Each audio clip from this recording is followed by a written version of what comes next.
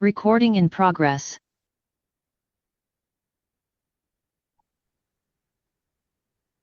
Hey, Michael. Hey, Caleb. Hello. Here we got Mark Dillon coming in. Hi, friends. I can't get, oh, never mind. Operator error. There we go. Mary Francis. Hello, friends.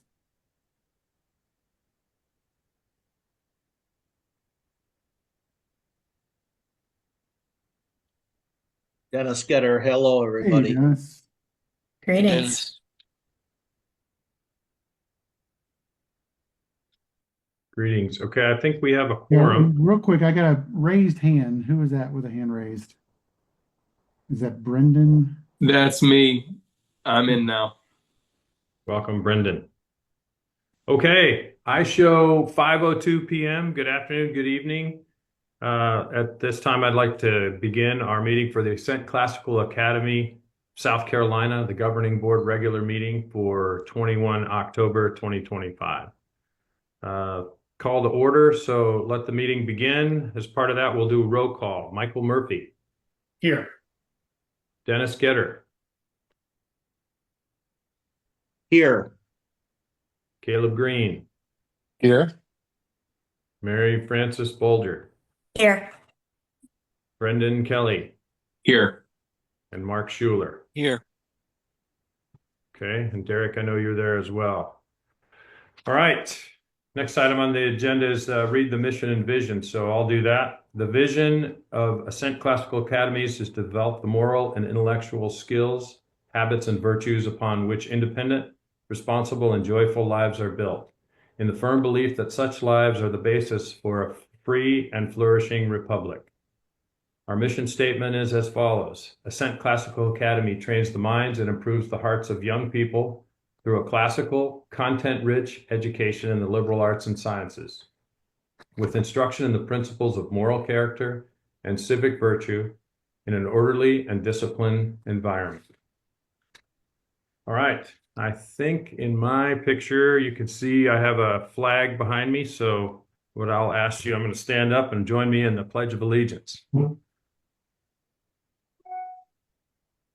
I pledge allegiance to the flag of the United States of America and to the republic for which it stands, one one nation, under God, indivisible, with with liberty and justice for all.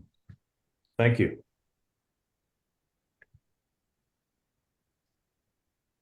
All right, the next item is adoption of the agenda as published. Dennis Getter, I move to adopt.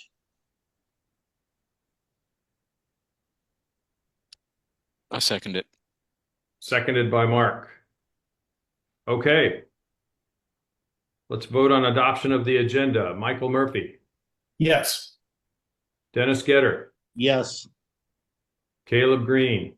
Yes. Mary Frances Bolger. Yes. Brendan Kelly. Yes. Mark Schuler. Yes. And Mark Dillon. Yes. Agenda is adopted. Next item is the consent agenda. Approval of the October 10th, 2025 meeting minutes. Comments or questions? I move to adopt. Second. I should say I move to approve, pardon me. Okay, and who seconded, please? Michael Murphy. I still second. Okay. All right, let's take a vote. Michael Murphy. Yes. Dennis Getter. Yes. Caleb Green. Yes. Mary Frances Bolger. Yes. Brendan Kelly. Yes. Mark Schuler. Yes. And Mark Dillon. Yes. Second item is the public comments policy. And so what I'd like to do in is the consent agenda, they're all adopted together. okay. Well, I would like to, okay, thanks, Derek. What I'd like to do is, since we're adopting a public policy, comment policy, I'd just like to go ahead and take the time now to read that policy for everyone.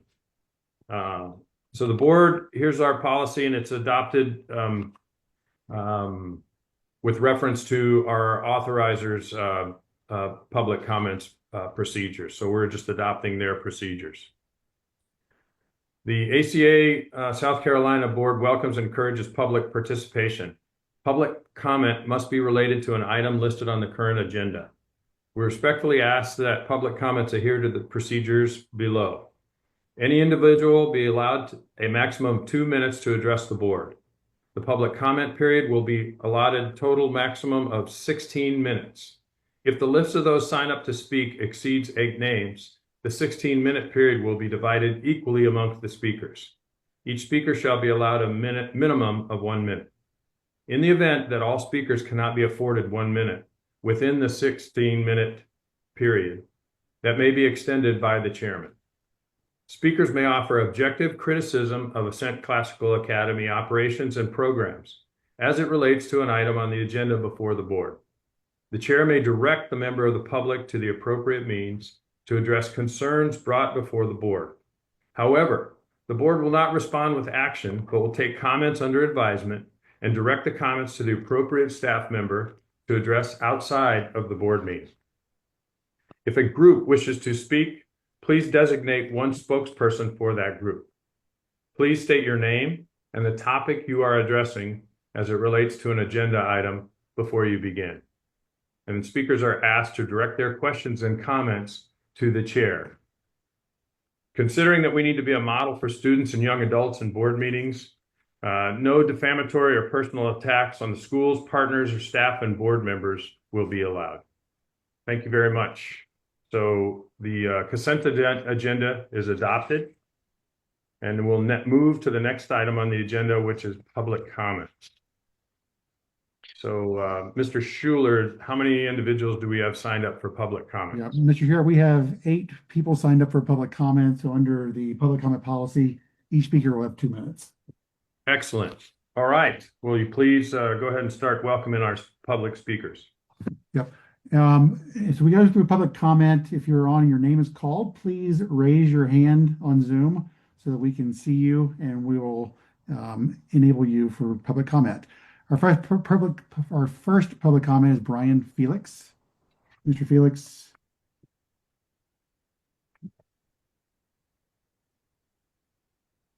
All right, Mr. Felix, you should be able to go ahead.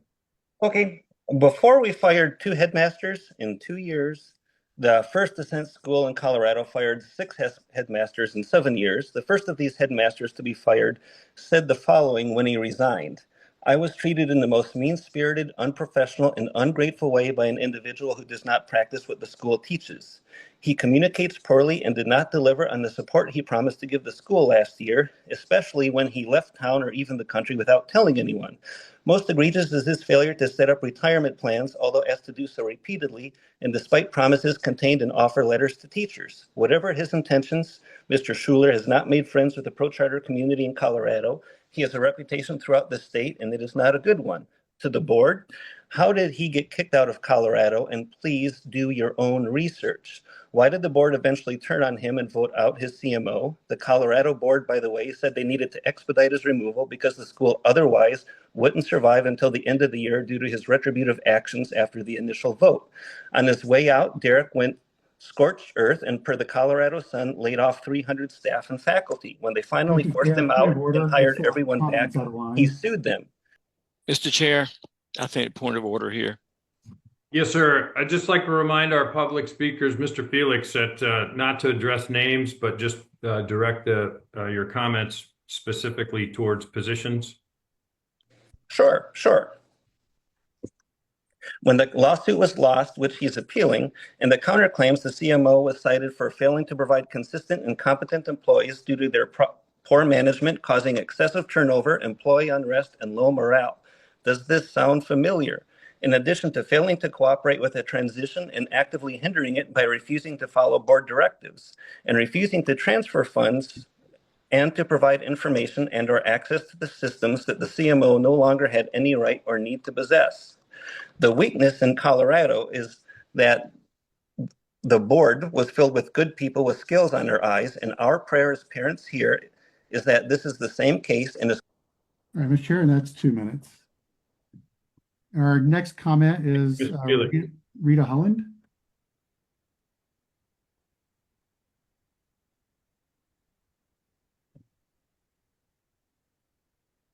Ms. Helen, you should be good to go. Good afternoon. This is Rita Holland. I'm speaking on board minutes, or excuse me, board items 6A and 6B. I want to express my sincere disappointment that ongoing parent concerns were not addressed ahead of this election and board meeting. Parents should not have to submit a FOIA request just to see the board's bylaws. Yet that's the position that we've been put in. Holding an election without those bylaws being made available is not only unwise, it damages trust and widens an already growing divide. We were given only a few short sentences on each individual and very little time for research or consideration before voting closed. Many parents were also confused since these same candidates are already serving on the board. Access to the bylaws likely would have clarified these questions quickly and avoided unnecessary confusion. Additionally, the recent invitation for parents and community members to join the board included no clear application deadline and no indication of when the actual vote will occur. That lack of transparency leaves families unsure how to participate meaningfully. I respectfully ask that the board provide a clear deadline, publish the date of this vote, and ensure all related materials are publicly accessible in advance. Remaining silent in the face of these concerns will only deepen the sense of disquiet among families who want to support this school.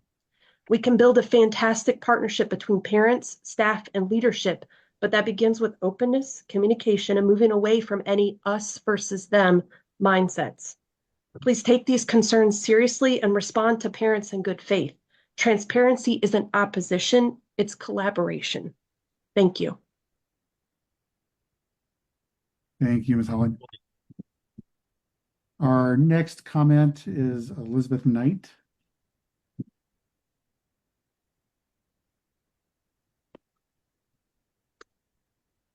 Ms. Knight, go ahead. Hello, this is Elizabeth Knight. I'm speaking about the lack of student record information available at the school. Several parents have pulled our children out of the school and need official transcripts for first quarter grades to enroll our students in a new school. We've been told that the ACA of Rock Hill School is not able to provide official transcripts with this information. The transcripts that are available do not list the student's grade level or other sufficient identifying information to make the form useful. Additionally, for at least one of my own students, the data itself is incorrect. They are marked absent in classes when they were in school that day. Their history class has no grades entered after the end of August of this year. I have notified the school of these issues, but they have not been addressed. I understand that with the volume of turnover the school is experiencing right now, it will take additional time to handle these requests. However, in order for parents to provide as little interruption as possible to our students, we need ACA of Rock Hill's cooperation in providing useful information in a timely fashion. Unfortunately, this has been another example of the problems at the school and why my family is leaving. I also have a question. It was clear at the October 10th board meeting that the board member who was previously chairman had resigned from the board at that meeting. This was not presented as just a resignation from the board chair position, but as a resignation from the board. Why is he counted as a member in this meeting and allowed to vote? Thank you. Great, thank you. Thank you, Ms. Knight. Our next public comment is Steve Cottrell.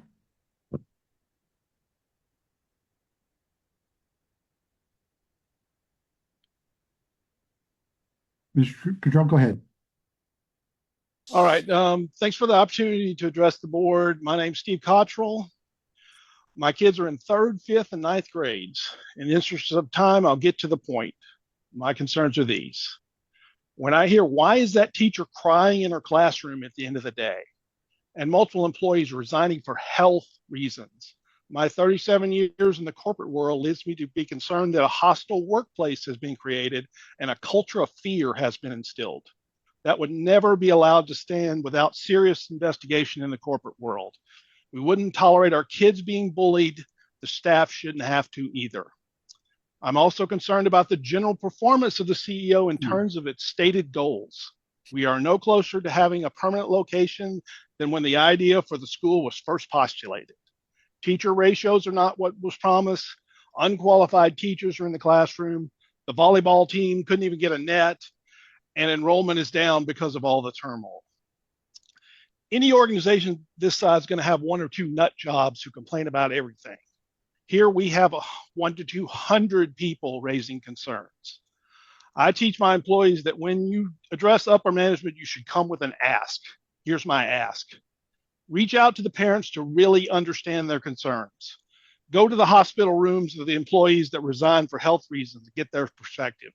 If you do that and decide there's no action required, I'll shake your hand and say thank you for taking time to care, because now I'm not sure.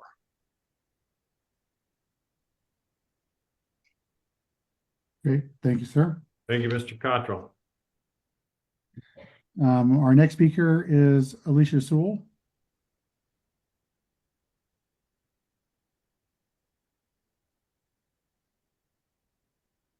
Ms. Sewell, go ahead. Thank you. This is Alicia Sewell, and I'm referring to point 4A. Dear Mr. Chairman, at the last board meeting, it was stated that the decision to part ways with Mr. Mullins, our headmaster, was in the best interest of the school. However, I am concerned about the board's ability to make fully informed decisions, just given that Mr. Mullins has never met with the board during his entire tenure at ACA. As fiduciaries of our school, I respectfully urge the board to engage directly with Mr. Mullins to seek his insights to ensure effective governance. The experience of Douglas County, the oldest school in the Ascent Charter Schools of Colorado network, serves as a cautionary example. Over 7 years, the school has had 6 headmasters, resulting in significant teacher and student turnover, as well as disrupted learning. Each year, parents and faculty were advised by the CMO that it would get better, that these changes were necessary, and he convinced the board of that each time there was a disruption. Over time, it eventually became clear that it wasn't the headmasters, it was the CMO. I don't expect the board or the authorizer to believe me, but please just look at the record. Look at what happened in the Colorado schools and learn from it. Please make changes now. Remove the CMO as having oversight in anything related to the operations of the school. Our school is now on its 3rd headmaster in just 5 grading periods, mirroring the high turnover seen in Colorado. Our school is hurting. I encourage the board to examine this pattern and determine if the CMO is serving the best interests of our school community. I had to make the unfortunate decision to withdraw my 3 children from it this past Friday, and I would love to be able to have them return. Thank you. Thanks, Ms. Sewell. And we'd love to have you back. The next one you have Melissa Schillinglaw.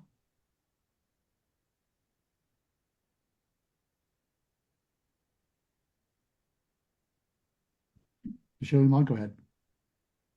Can y'all hear me? Yes, ma'am. Okay. I'm speaking on point 4A. I still have students at Ascent Classical Academy, and I want to speak about 2 issues that strike at the heart of student well-being: the teacher shortage and campus safety. This year, roughly half our teachers have left. We are now facing major gaps in instruction: no teaching assistants, no upper school history or math teachers, uncertified individuals filling core positions. For example, the current middle school math teachers are the parents of the CMO, and that is a clear conflict of interest, and neither is a certified teacher. My 7th grader was given a 45 question test after covering only 3 questions from the study guide for that test, and most of the class didn't even finish. Middle school math is foundational. This is unacceptable. State charter law requires that at least 75% of teachers be certified. Parents deserve transparency. We need to see staff credentials to confirm compliance. Finally, on safety, classroom windows are actually screwed shut or unable to open, leaving only the doors for the exits in the classrooms. We've been told that someone's working on a safety plan, but there's no written update to parents, and a police officer at car line does not equal a safety plan. We need certified educators, transparency on hiring practices, and immediate communication on safety protocols. Our children's education and safety depends on it. And I hope I can keep my kids at Ascent because I love the premise on which Ascent was formed. But the execution of this school has left a lot to be desired. Thank you. Thank you for your comments, Mr. Schillinglaw. Thank you. We have Renee Trubiano.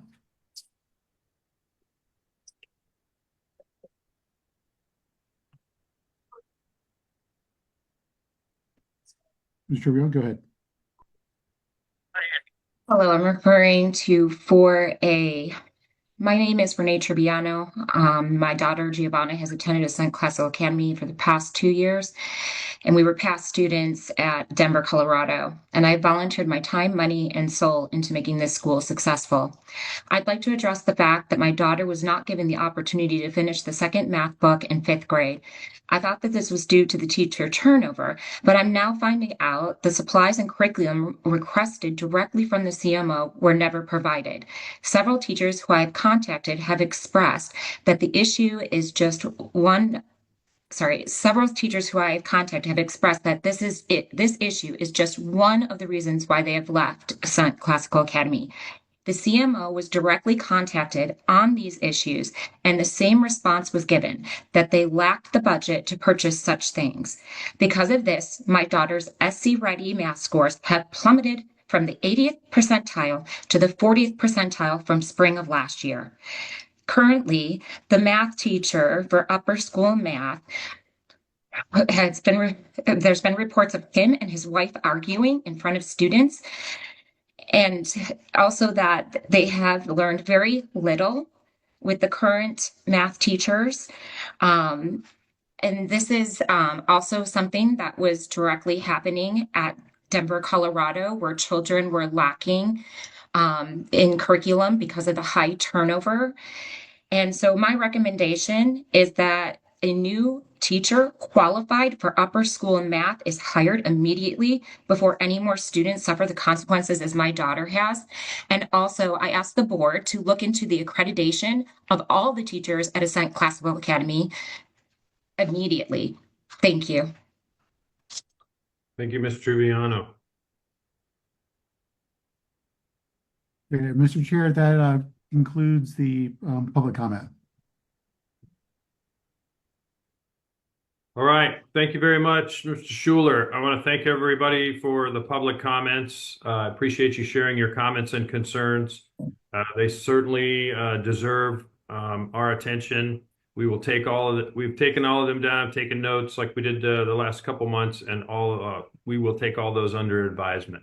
And I agree with you all that they certainly deserve, everyone involved certainly deserves transparency. Mr. Chair, I apologize. We have one more Okay. public comment. Thank you, Megan Straub. Thank you for raising your hand. Yes, please go ahead, Ms. Megan. Straub, when you're ready, go ahead.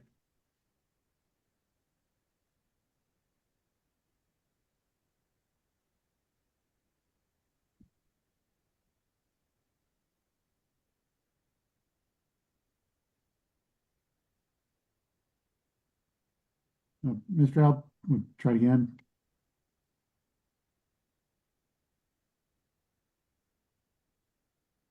Can you hear me?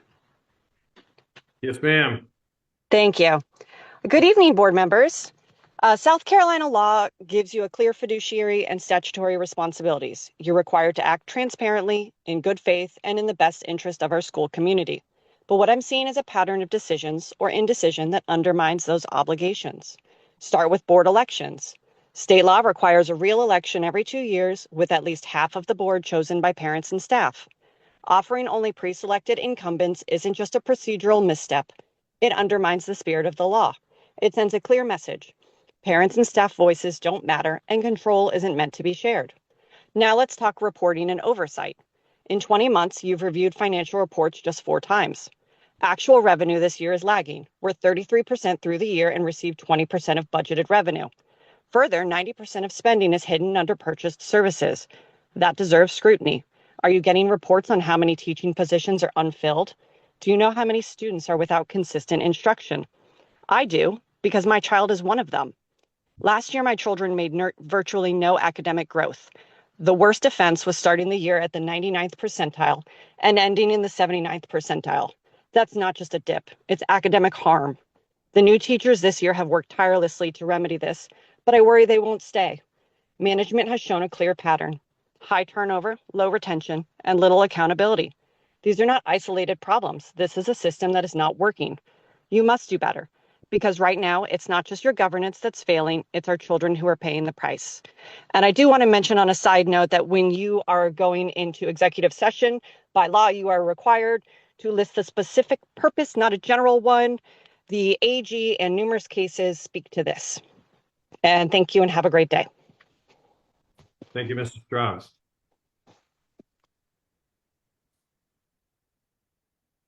Okay, Mr. Schuler, can you confirm that that's the end of public comment for those that are signed up? Yes, Mr. Chair, that concludes public comment.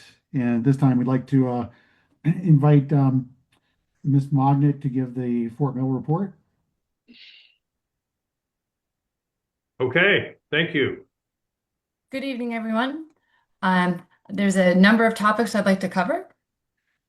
I would like to start with kind of the headmaster transition. Since taking over as the interim headmaster, I have faced some challenges. Example, the fidelity with curriculum, some non-uniform lesson plans for the teachers, and just overall lack of communication with follow-through. These challenges have allowed us to kind of pivot and assess our students in math and science to have a better understanding of where they are so we can integrate the curriculum with minimal disruption. Teachers have been given a standard lesson plan template so that across the board, they are filling out the same information with the goal that they can use this template in years to come. We are trying to include more meat in the parent newsletter, and teachers are receiving a weekly update glance on Sunday nights so that they are very prepared for what is going on during the week, upcoming events, and other little things that I need them to know. Many parents that I have spoken to that have come and talked with me are very excited about their experience. They're very happy that they chose Ascent Classical, and they understand that this small storm that has occurred, they know will mellow out, and that they're glad that we have seen that there's some instability with the curriculum, grading, and updating PowerSchool. We are focusing on the five C's: culture, curriculum, communication, compliance, and community. In order to be super successful, we have to have a very good balance of all of those. We have started working very hard on implementation of the curriculum in math and science. Students work graded and updated in PowerSchool with at least 2 assignments a week so that parents are in the know. An example of that was kindergarten did not have any work that ever went home. There were no grades in PowerSchool for kindergarten, and that kind of goes against parents being able to see and understand what their students are working on.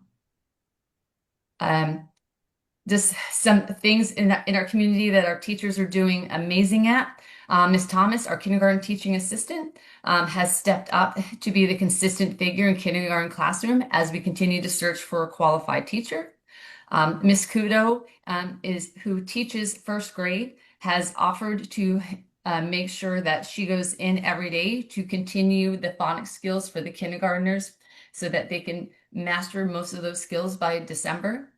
Mr. Green has been preparing history lessons for the 6th, 7th, 8th, and 9th graders, in addition to teaching 5th grade. When he was very excited to be able to go teach history, since that is what his doctorate is in, or he's getting his doctorate in. And he is working very closely with Mr. Austin, our new 5th grade teacher. And then we really just need to give a little shout out to Ms. Delgado, our receptionist, for her professionalism. It has been a long and hard last week and a half for her, but she has done amazing answering the phone calls and talking to parents as they've been coming into the school. I'd like to just briefly talk a little bit about the MAP data. So overall, on our MAP data, we are in the 64th percentile from K through 8th grade on reading and math. This just means that we're scoring, the national average is 50%. This means that we're just above average and compared to the same age peers. Our highest achievement for math was actually the second grade, and they are in the 88th percentile, which means that they are well above average or in the top for test taking. Our highest achievement in reading was seventh grade, who was in the 72nd percentile, which is an indicator that our students are on track or a bit above or at average. We are working very hard on professional development. Our teachers have asked for, some more training in core knowledge. They've also asked just some more classical pedagogy and really how to incorporate a lot of that into the classroom. So we are pivoting a lot of our professional developments on Wednesdays to ensure that they are getting what they have asked for. We asked for a survey of things that they really would like to see at PD, and a lot of it was the classical pedagogy, some more training in some of the core curriculum, and just some examples of how things should look in a classroom. Our current status for teaching and staff is we are actively looking for a kindergarten teacher. We also need a registrar/student service coordinator. We are looking for a music teacher and a math teacher. We have some positives is we've hired 4 brand new subs, and one of the subs has agreed to be a long-term sub for music, where they will get consistency. Mr. Loftus, who is a 3rd grade teacher but also a music teacher, has offered to help assist the long-term sub with music so that from kinder through 8th grade, they have a constant lesson for music when they're in there. We have made sure that staff have the resources they need to implement the program and be successful. We actually have all the curriculum that they need. Some of it was they just didn't know that they were missing a couple of key components. We found all of that for them on campus, and now they feel very successful. The campus team, the leadership team is engaged, and we're working to provide a great experience for all of our students and families. Our teachers really just wanted to teach. They didn't want to do a whole lot of extra. They didn't want to handle all of the other things that are going on in the outside. They want to come to work and they want to teach the students. And I really made sure that, especially last week and this week, that is what they are doing. They are not subbing other classes. They are able to have their prep periods and their planning time and the breaks that they deserve. And as a result, I feel that their morale is a lot better and they're happy. And, as we walked around last week and this week, students are learning. We continued on in the classes that were not using the curriculum. We ensured that we kind of gave a little pre-test so that we have a general idea of where they are, so we know where to start implementing the actual curriculum. Our enrollment, today's attendance was 217. We had a number of families, of course, withdraw based off the leadership change, and we are currently making offers from the waitlist and holding outreach events for our next families. We have an outreach tomorrow. We host scheduled tours. We have tours tomorrow afternoon. We have tours next Tuesday, and we have multiple families that are doing that. Anything else, Mr. Schuler? Ms. Vaughn, I know there was a comment about transferring records. Can you give an update on that process and where that is? Yes. So we are it's a one-person show. I am about 2/3 done. When the records requests come in, certain schools want certain things, so it's a matter of reading through and asking and sending what they're asking for. So if there's still something that someone's missing, please feel free to reach out to me.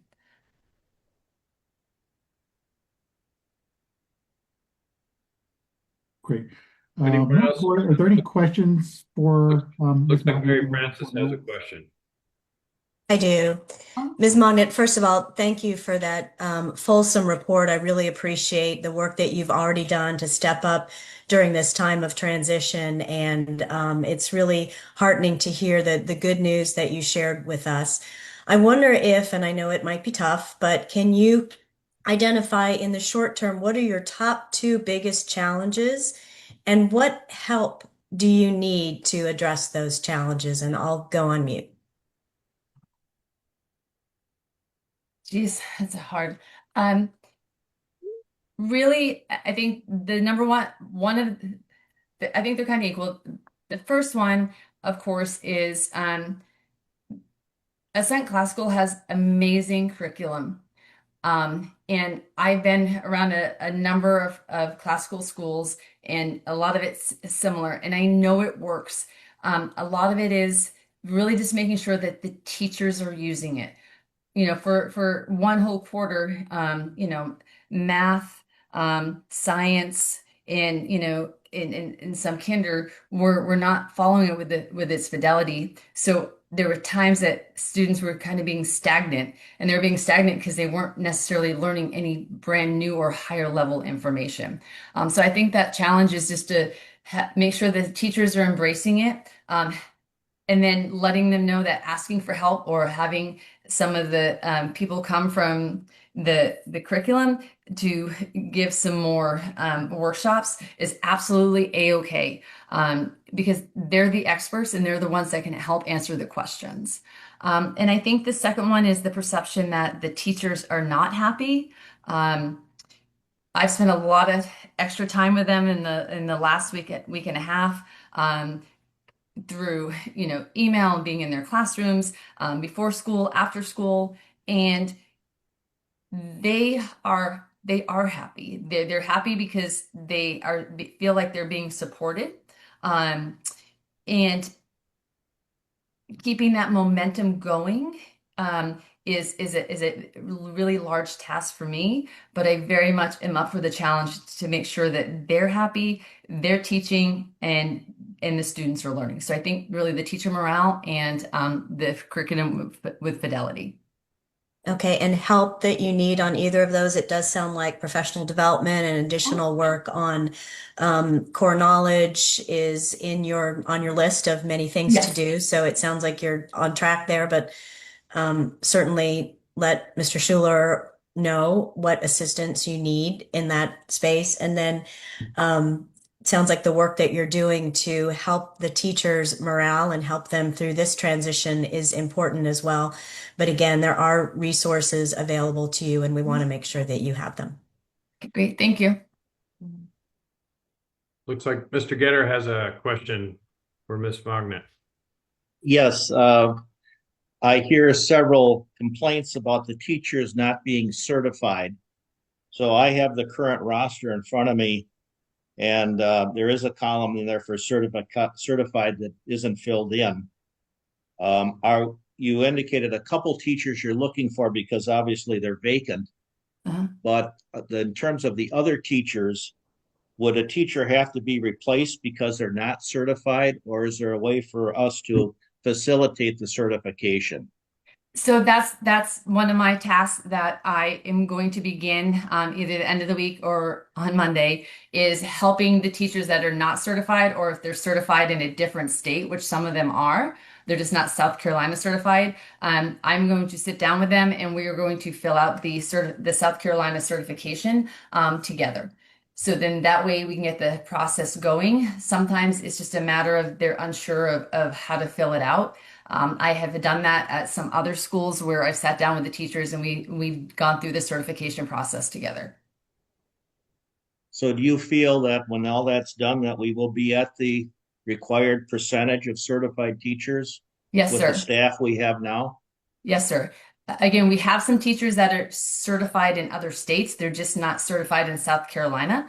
So it's just a matter of helping them walk through that process. Thank you.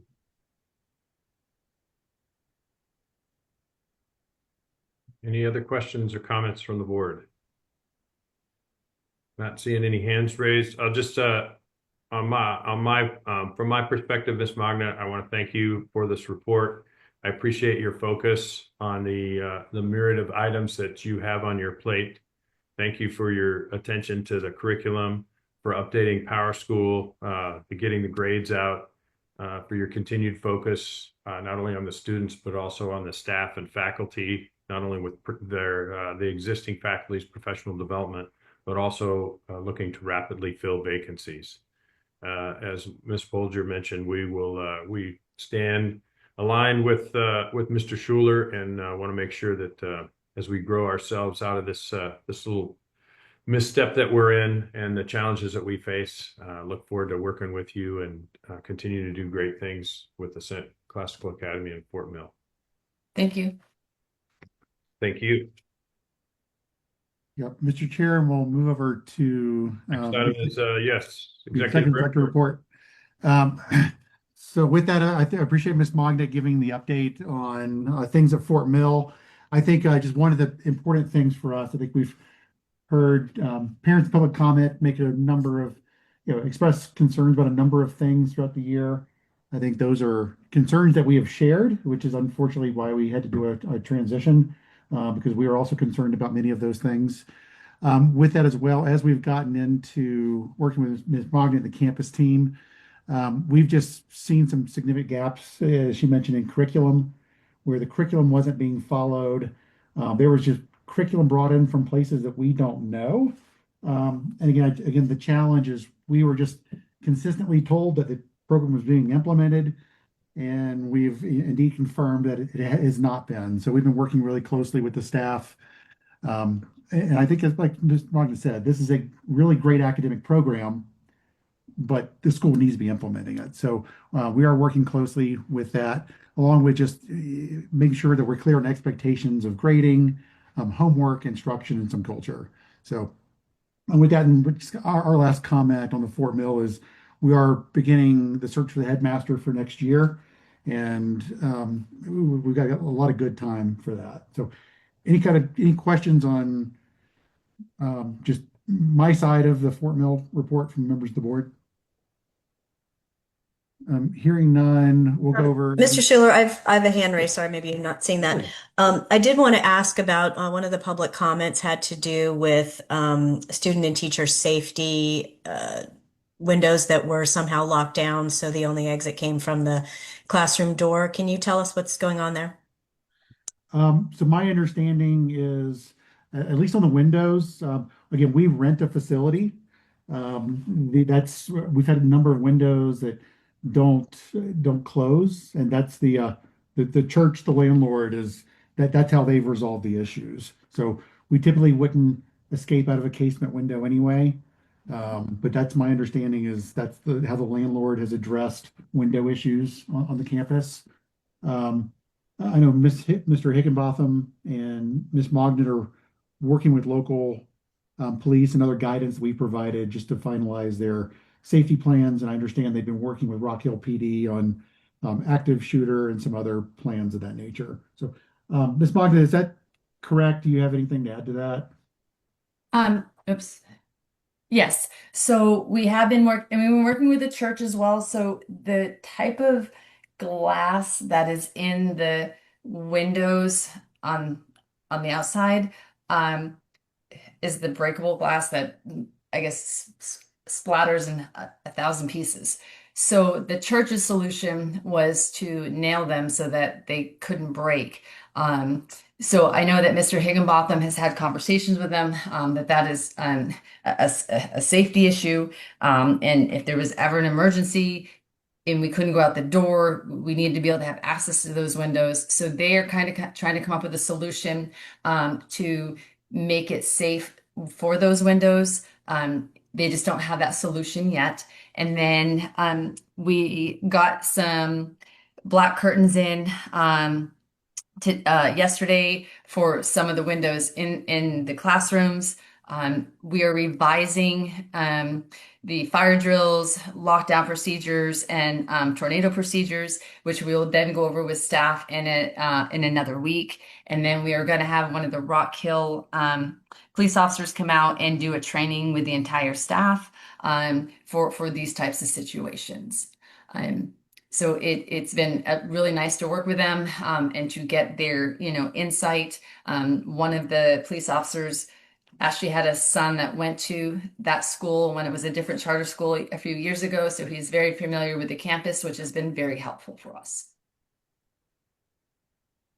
Great. Thank you both. And I don't mean to get down into that level of detail. I appreciate that you offered it. I think as a board, we just want to be assured that there is in fact a safety plan so that we can ensure that both staff and students are safe. So it looks like there's still work to be done there, but we're looking forward to that being finalized. Yep. Thanks for bringing that up, Mary Frances. So I think as a board, what I would like to do is I'd like to propose a motion that we direct the headmaster then in her monthly report that we just have a safety item where you can address, those the issues, whether it's particular safety items. Yeah, Mr. Chair, we can just add that. We don't, if you guys want to do a motion, that's fine, but we're glad to add that to the report. Yes. Okay. Excellent. Any other comments or questions? Moving on to other campuses, we got the Columbia Midlands campus. We received good news. After an appeal, the South Carolina Department of Education awarded the Columbia and Greenville campuses the startup grant on October 2nd. Part of that required, I guess we approved the charter contracts that the authorizer Erskine presented to us in September. Part of the P&I grant required us to have Erskine sign those contracts by October 6th, the following Monday. Unfortunately, Erskine did not execute the contracts, and the South Carolina Department of Education rescinded the grants. So at this time, unfortunately, we've lost $1.8 million of grants for new campuses. We're trying to see what our options are at this point. I know we received a letter from Erskine today that they can't make any promises of being able to influence the state, but again, that's where this is right now. So I think we'll talk about an executive session on some impact that has on some other things that the board is obligated for. Moving on to just facilities in that neck of the woods, the facility project is on track. We got the zoning changes were approved. The final permit sets have been submitted on all the interior work. Right now, we're scheduled to close on the facility in December, and we're just kind of moving forward on that. So with that, with staffing, we're currently conducting headmaster searches and other key positions are posted. So questions about the Columbia campus, and then we'll roll into the upstate campus here. If there are any questions, we'll roll into the upstate. This year, what was that? I don't have any questions. Thank you. Just to note the same thing, that campus also was awarded the CSP grant. That's now been rescinded, and kind of moving into the facility search on that one. I think we're really fortunate. Mr. Michael Murphy has been doing a really incredible job being in the community, doing a lot of outreach work, just doing a lot of the recruiting. He's also been very heavily involved in helping find options for facilities. Just recently, when I was in town 2 weeks ago, we spent a day just working with a new broker. We found a new company, and they seem to be pretty engaged. And right now, we have a site option that we'll discuss in executive session, just for some modulars, in that community. So real quick, that's the update on that. Just a further update on the P&I grant. In addition to the grants that were recently rescinded, we do have the grant for Fort Mill, and we've been working with the Department of Education just to finalize some parts of a corrective action plan on that one. I think when they came back with some findings based on their review in March, we kind of pointed them back that we provided a lot of prepared content to their grant manager in advance of the meeting. So they have acknowledged and gone through that. And so we're trying to finalize anything remaining to go into that action plan that we're working with them on. So, and those are the highlights on my report. What questions does anybody have?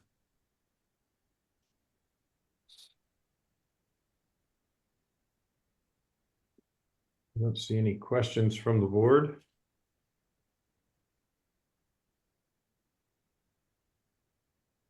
Okay.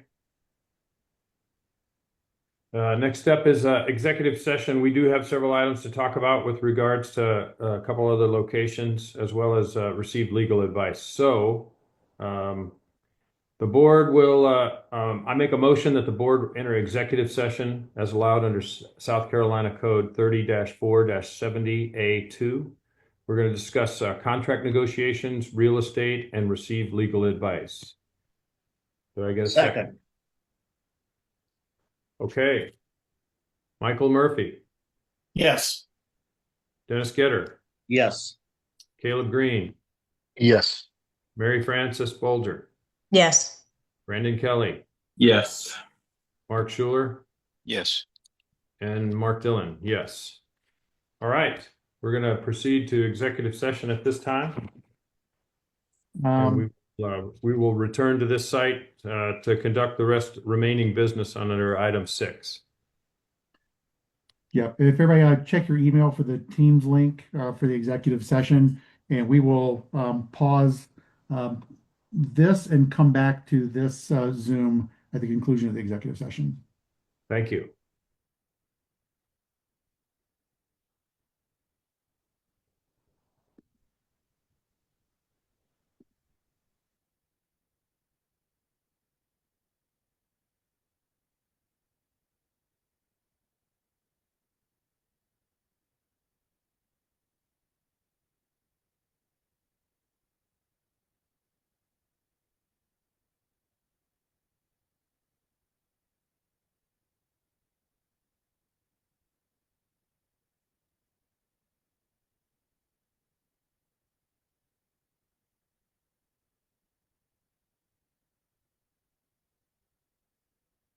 If I'm supposed to go somewhere else, I don't know where to go. Hey, Dennis, check your email, and it's got another the Teams link. It's the same one we typically use. Okay. Okay, then I'm going to get out of this, right? Yes, close out of this. Okay.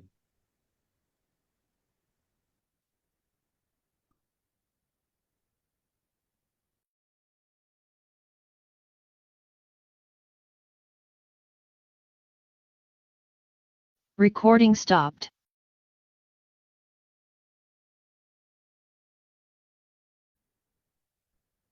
Mr. Chair, I'm trying to find I got Dennis here and Caleb, and then we'll have everybody back. Excellent. I see Caleb's up. Here. Oh, yep. Oh, okay, I guess we got everybody. Let's just do a quick roll call to make sure we got everyone. Michael Murphy, Here. Dennis Getter, Dennis is here. He's mute. There he is. Here. Caleb Recording Green, in progress. Here. Mary Frances Bolger, Here. Brendan Kelly, Here. Mark Schuler, He's on. He's not accepting panelists. Hold on, let me get him over.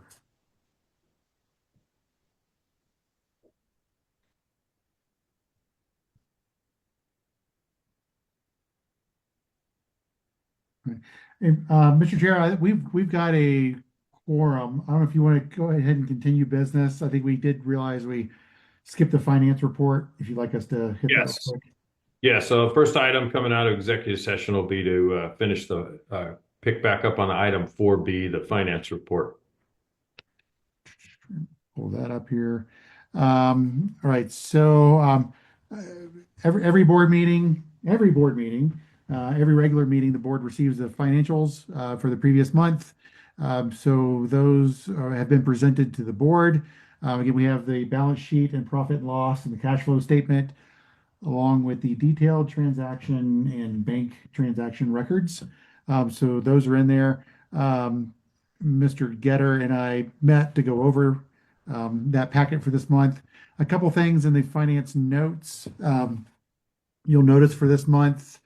Our first couple months, our cash flow is negative, so you'll see that we're spending more than we make at the beginning of the year. Our expenses are typically front loaded, so that's not unusual.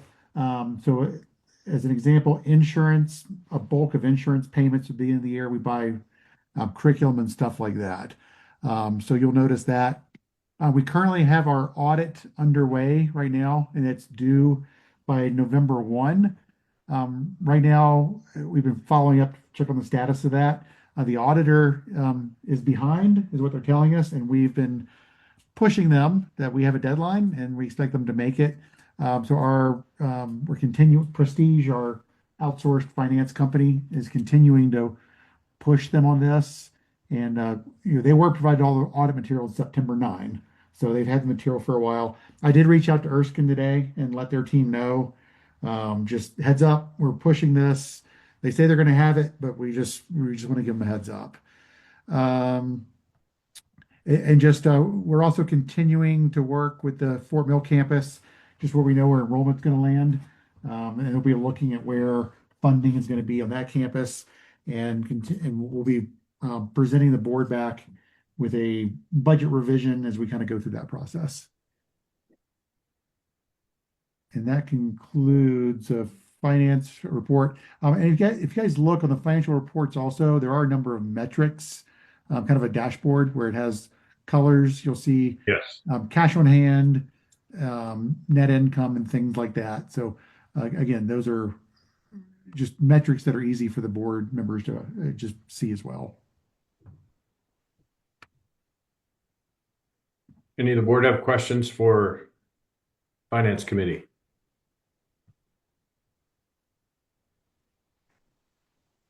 Hearing none. Mr. Okay. Chair, I think you forgot to indicate to the audience that no action was taken while we were in executive session. Okay.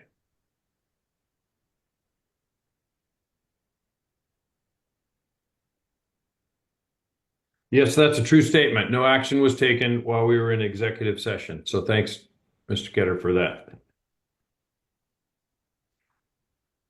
All right, hearing no additional questions for the Finance Committee, we'll move on to the next item of business after coming out of executive session. Item A, seating of elected members. So I'd like to propose, at this time, I propose a motion to table our current election certification until further notice. Second. Dennis Getter seconds. Okay, Michael Murphy. Yes. Dennis Getter. Yes. Caleb Green. Yes. Mary Frances Bolger. Yes. Brendan Kelly. Yes. Mark Schuler. Yes. And Mark Dillon. Yes. Okay. Mr. Chair, in light of the motion we just voted on, I'd like to make a motion of my own, if I may. Go ahead, Brendan. In light of that, I'd like to move that the chair appoint an ad hoc committee to review our nomination and election process. Okay. And suggest refinements thereto in consultation with appropriate outside organizations, including the Charter Alliance and any other outside organizations that the committee deems appropriate, and report back to us. Okay. I'll second that motion. Second Mary from Mary Frances. Bolgers. Okay. All right. Voting on, could you repeat that again, what we're voting on, the motion, please, Brendan? Yes. My motion was for the chair to appoint an ad hoc committee to review our nomination and election processes, and suggest any refinements to those processes, and they should do so in consultation with any outside organizations that they deem appropriate, including the Charter Alliance and any others they see fit, and then report back to us. Okay. So voting, Michael Murphy. Yes. Dennis Getter. Yes. Caleb Green. Yes. Mary Frances Bolger. Yes. Brendan Kelly. Yes. Mark Schuler. Yes. And the chair will abstain since I'm the one going to be appointing. So, all right, motion passes. Next item on the item of business was election of board chair. Do I have a motion or any discussion on that? Mr. Chairman, I nominate, our acting chairman, I nominate Mark Dillon to be the chair, Dennis Getter. Do I have a second? I second that motion. This is Brendan Kelly. Brendan, thank you. Do I have any discussion?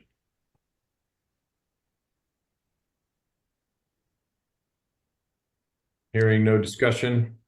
Okay, let's vote on that to nominate Mark Dillon as the chair. Michael Murphy, Yes. Dennis Getter, Yes. Caleb Green, Yes. Mary Frances Bolger, Yes. Brendan Kelly, Yes. and Mark Schuler. Yes. Okay, I'll abstain from that. Let's see.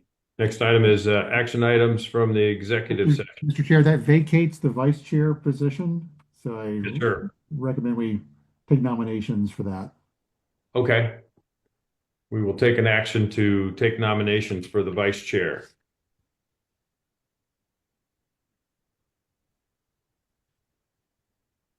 And we're, do I have any motion for any nominations this evening? And that's going to be Mr. Green, Mr. Kelly, or Ms. Bolger. So Okay. I think the bylaws also allow combining the vice chair and the secretary if desired as well. Okay. That is not desired.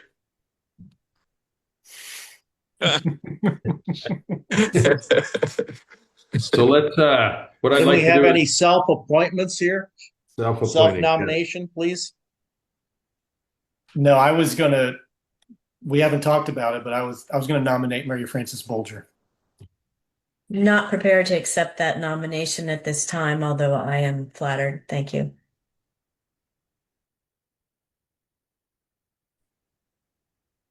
Any other motions or nominations? I have a point of order. Yes. If we do not, can we wait a period of time without a vice chair in place? I haven't studied this in our bylaws or governing documents. Yeah. Can we come back and have this vote at our next regularly scheduled meeting after the parties have had a chance to talk about the options? Ms. Bolger, again, going over the bylaws, I think we can leave that position vacant. The vice chair just steps in when the chair is unable to act. So if something were to happen, then there just is no backup. Again, if anybody's willing, we could even temporarily designate the secretary as the acting vice chair until an appointment's made. Can we do that on an as-needed basis only? Well, we have to have a board meeting to do an appointment. So if we need a vice chair to act as chair, it'll require a full board meeting unless a backup is designated now. In light of a little bit of deadlock here as to our overabundance of volunteers, I realize there's not an item to table per se, but perhaps we just table it, even though there's not an agenda item to table. We just push it off till our next meeting to give folks a time to assess the options and discuss amongst ourselves who might be best suited to step into that role. Yeah, Mr. Kelly, I don't think we need a motion to table. That was just a suggestion. The officers that are required out of the bylaws are a chair, secretary, and treasurer. So there's not a requirement to have a vice chair. So if there's no nomination for one, we can go to the next agenda item. That would be correct, and I agree. Okay. Thank you for that. Next item was we had no action items from the executive session. Am I correct in that? Make sure I didn't miss anything. Yes, Mr. Chairman, you are correct. Okay. Okay. All right. That completes the items from tonight's agenda. And the board, any other things we missed or something that I missed? I've already missed once with the finance committee earlier. Did I miss anything else? Hearing nothing. Do we have a motion to adjourn this evening? I motion we adjourn. I'll second the motion. Michael Murphy Yes. on the motion to adjourn. Dennis Getter, Yes. Caleb Green, Yes. Mary Frances Bolger, Yes. Brendan Kelly, Yes. Mark Schuler, Yes. and Mark Dillon. Yes. Thank you, everyone. That concludes the board of Ascent Classical Academy, South Carolina Governing Board regular meeting, October 21st, 2025. Thank you all. Oh, Thanks bye now. all, particularly Thank staff, you. public. Thank you. Thank you.